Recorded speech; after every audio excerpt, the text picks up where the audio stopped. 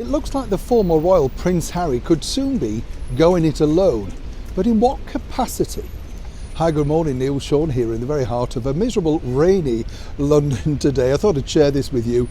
I just, as you know, love the weather. It changes, doesn't it? We're now into March, we've had some glorious sunny days, and now we wake up to this. Plus, of course, we've got that wonderful London tube strike to boot. And so if you are coming to London, expect to struggle to get around town. Not easy. All the tubes are down, no buses hardly, and those that are full are really full. But it's good, isn't it? Because you can get walking, hopefully get fit, and perhaps lose a little bit of weight. Oh, am I kidding?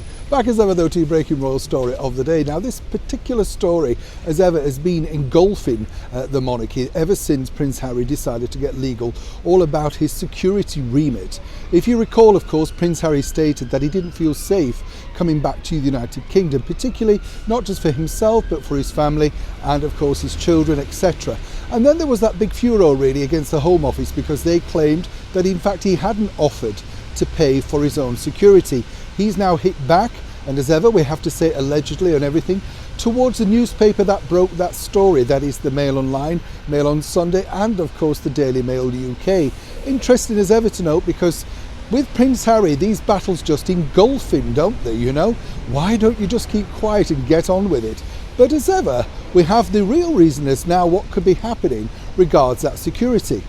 Now, as we know, this month we have a memorial in, of course, remembrance of His Royal Highness the Duke of Edinburgh at Westminster Abbey. All eyes will be on the fact that will Harry be petulant and stay away because he can't get security, or indeed now will he sign up and say, yeah, okay, I'll come back. But here's what I found out from the world of California. Now this particular story has evolved obviously because, as we know, Meghan Markle is one shrewd operator. She knows exactly how the public really see her. Whatever people might think, she knows that predominantly everybody loves Our Glorious Majesty the Queen. And this particular remembrance is all about her and her husband of 70 plus years. What's also interesting to note is, according to a very good source, Meghan has told her husband, Prince Harry, you must go it alone. Now this is a really good piece of advice for Prince Harry, and let me explain the reasons why. Because if he does fly back alone just to attend that memorial service, then of course there's no need for all the battles with the Home Office, the security, all the extra things that will be required from the British Metropolitan Police, particularly at this very difficult time when money is tight. Now, if this is to be believed, and as I say, it's from a very, very good source within their circle, this really does make sense. And for once, Meghan Markle's possibly hitting the right tone here with the British public.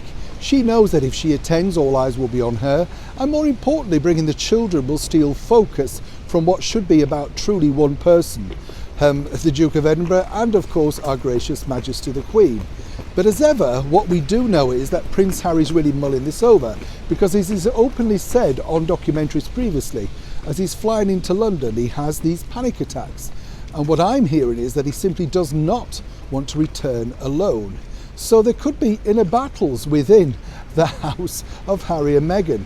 If he does come alone, well, that will be very well respected by a lot of people here in the United Kingdom. But if he insists on staying away because of security, then once again I could see his one-time popularity plummeting even further.